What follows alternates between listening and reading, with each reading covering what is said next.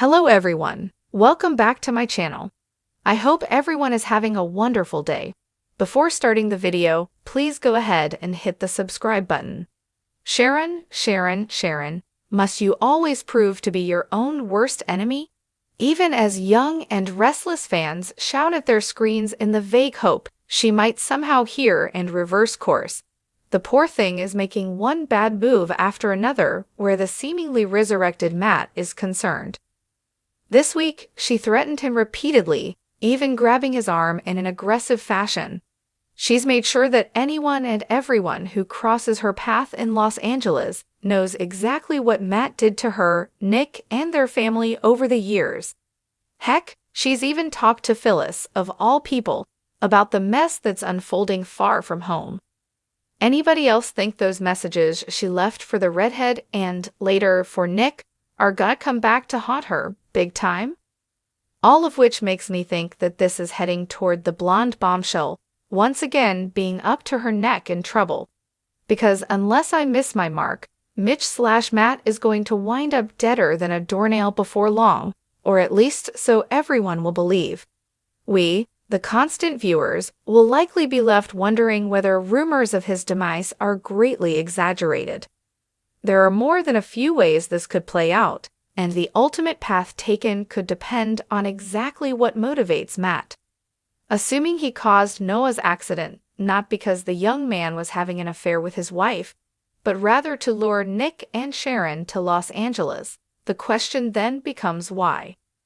My theory, Matt is dying, perhaps of a behavior-altering brain tumor. While his life in Los Angeles has clearly been a pretty good one, he's long resented the way things went down with Nick and Sharon all those years ago.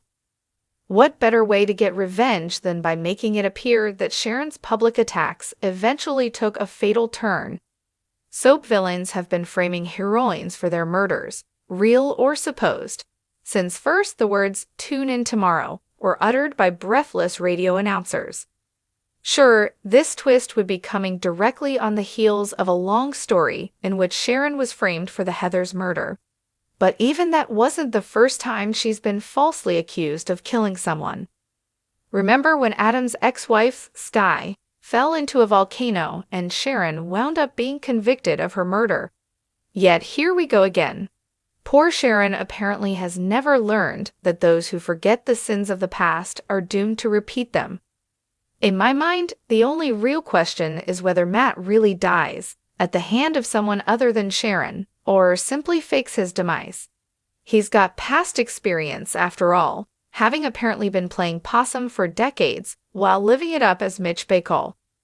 Which way the storyline goes might well depend on exactly how long Roger Howarth is slated to remain on Young and Restless.